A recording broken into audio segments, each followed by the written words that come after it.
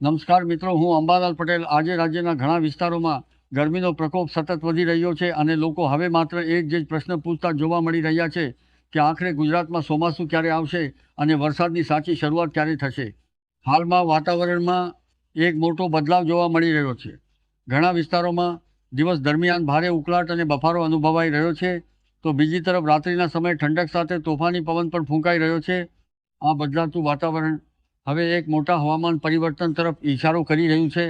મિત્રો, અત્યારે ગુજરાતમાં હજુ સારો અને વ્યાપક વરસાદ શરૂ થયો નથી, પરંતુ વાતાવરણમાં જે પ્રકારના ફેરફારો જોવા મળી રહ્યા છે તે જણાવે છે કે હવે વરસાદ આવવામાં બહુ લાંબો સમય બાકી નથી.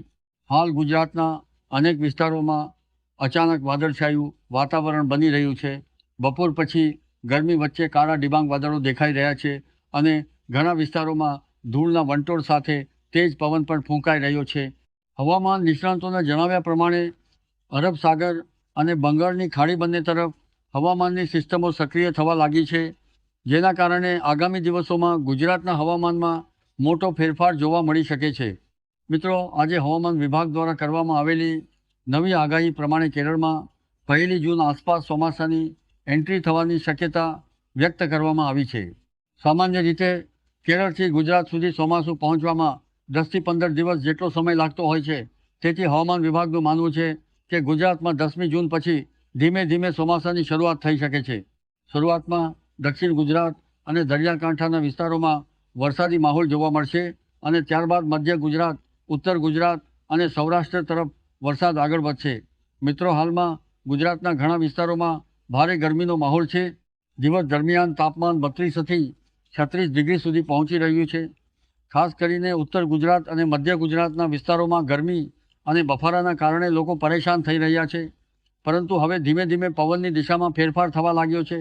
દરિયાકાંઠાના વિસ્તારોમાંથી ભેજવાળા પવન ગુજરાત તરફ આગળ વધી રહ્યા છે, જેના કારણે આગામી દિવસોમાં વાતાવરણમાં ભેજનું પ્રમાણ વધશે અને ત્યારબાદ વરસાદી સિસ્ટમો વધુ મજબૂત બનશે. મિત્રો, હાલ અમદાવાદ સહિતના કેટલાક વિસ્તારોમાં બપોરના સમયે ભારે પવન ફૂંકાઈ રહ્યો છે. ઘણા વિસ્તારોમાં પવનની ઝડપ 60થી 70 કિલોમીટર પ્રતિ કલાક સુધી નોંધાઈ રહી છે. આ પવન સાથે ધૂળના વંટોળ પણ દબા થઈ રહ્યા છે. ઘણા લોકો આ પવનને સામાન્ય માની રહ્યા છે, પરંતુ હવામાન નિષ્ણાતોના જણાવ્યા પ્રમાણે આ પ્રકારનો પવન ઘણીવાર વરસાદી સિસ્ટમો આવવાની પહેલાંની નિશાની માનવામાં આવે છે.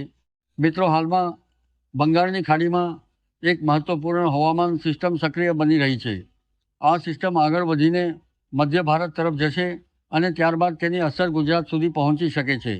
હવામાન વિભાગના અનુમાન પ્રમાણે આ સિસ્ટમના કારણે ગુજરાતના કેટલાક વિસ્તારોમાં ગાજવીજ સાથે વરસાદ અને તોફાની પવન જોવા મળી શકે છે. ખાસ કરીને ઉત્તર પૂર્વ ગુજરાતના વિસ્તારોમાં માવઠાની શક્યતા વધુ વ્યક્ત કરવામાં આવી રહી છે. મહીસાગર, સાબરકાંઠા, અરવલ્લી, પંચમહાલ, દાહોદ અને આસપાસના વિસ્તારોમાં છૂટાછવાયા વરસાદી ઝાપટા પડી શકે છે.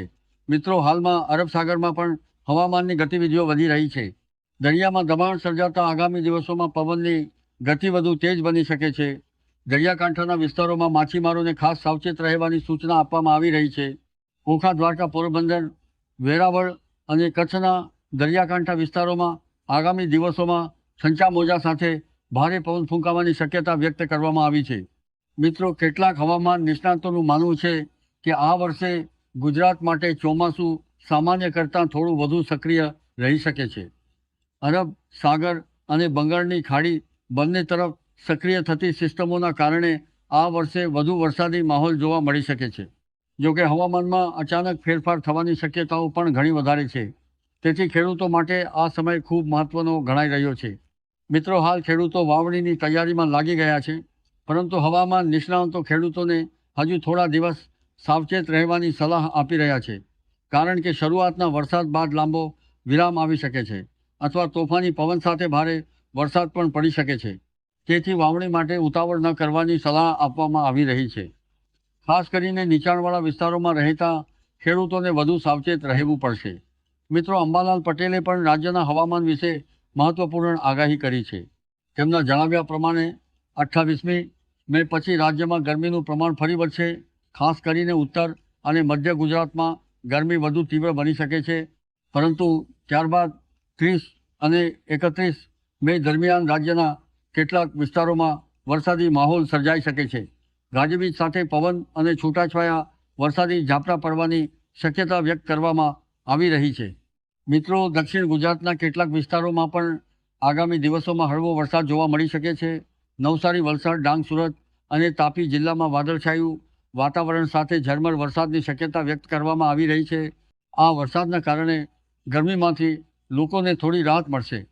મિત્રો, હાલમાં ઉત્તર ભારતના પહાડી વિસ્તારોમાં હવામાનમાં મોટો ફેરફાર જોવા મળી રહ્યો છે. કેટલાક વિસ્તારોમાં ઠંડા પવનો સાથે વરસાદ અને હિમવર્ષા પણ નોંધાઈ રહી છે, જેના કારણે ઉત્તર તરફથી ઠંડા પવન ગુજરાત તરફ આગળ વધી રહ્યા છે. આ ઠંડા પવન અને દરિયાઈ ભેજ વચ્ચે અથડામણ સર્જાતા ગુજરાતમાં આગામી દિવસોમાં ગાજવીજ સાથે વરસાદી માહોલ ઊભો થઈ શકે છે. મિત્રો, હવામાન વિભાગે જણાવ્યું છે કે આગામી દિવસોમાં ગુજરાતના ઘણા વિસ્તારોમાં અચાનક પવનની ગતિ વધી શકે છે. ઘણા વિસ્તારોમાં વીજળીના કડાકા સાથે વરસાદ પણ પડી શકે છે. આ વરસાદને માવઠું કહી શકાય, કારણ કે હજુ ચોમાસાની સત્તાવાર શરૂઆત થઈ નથી, પરંતુ આ બદલાતું વાતાવરણ હવે ધીમે ધીમે ચોમાસાની નજીક પહોંચવાનું સંકેત આપી રહ્યું છે. મિત્રો, આગામી 2 જૂન, 4 જૂન અને 7 જૂન આસપાસ પણ રાજ્યના કેટલાક વિસ્તારોમાં વરસાદી માહોલ સર્જાઈ શકે છે.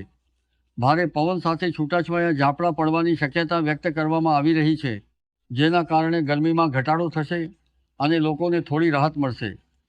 મિત્રો, હાલમાં ગરમીના કારણે આરોગ્ય સંબંધિત સમસ્યાઓ પણ વધી રહી છે.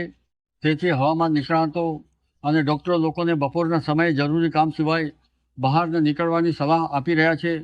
પૂરતું પાણી પીવું, હળવો ખોરાક લેવો અને સીધી ગરમીથી બચવું ખૂબ જરૂરી બન્યું છે. ખાસ કરીને નાના બાળકો અને વૃદ્ધોએ વધુ સાવચેત રહેવું જોઈએ. મિત્રો, ગુજરાતમાં હવે ધીમે ધીમે હવામાન બદલાઈ રહ્યું છે. પવનની દિશામાં ફેરફાર થઈ રહ્યું છે, દરિયાઈ ભેજ વધી રહી છે અને વાદળોની અવરજવર પણ વધી રહી છે. આ તમામ પરિસ્થિતિઓ હવે ચોમાસાની નજીક આવવાની નિશાની માનવામાં આવી રહી છે. આગામી દિવસોમાં રાજ્યના ઘણા વિસ્તારોમાં વરસાદી માહોલ સર્જાઈ શકે છે. મિત્રો, હવે તમે પણ તૈયાર થઈ જજો, કારણ કે ગરમી બાદ હવે વરસાદી માહોલનું આગમન થવાનું છે. ખેડૂતો માટે પણ આ સમય ખૂબ મહત્વનો છે. વાવણીની તૈયારી સાથે હવામાનની સચોટ માહિતી મેળવવી ખૂબ જરૂરી બની ગઈ છે. મિત્રો, આજના આ મહત્વપૂર્ણ હવામાન સમાચાર તમને કેવી લાગ્યા તે જરૂરથી જણાવજો. અને જો તમને અમારી આ મહેનત પસંદ આવી હોય તો વિડીયોને એક લાઇક જરૂરથી કરી દેજો. આવી જ હવામાન અને વરસાદની મહત્વપૂર્ણ માહિતી દરરોજ મેળવવા માટે ચેનલને સબસ્ક્રાઈબ કરી બેલ આઇકન પણ દબાવી દેજો, જેથી આવનારા દરેક નવા વિડીયોનો નોટિફિકેશન તમને સૌથી પહેલાં મળી શકે.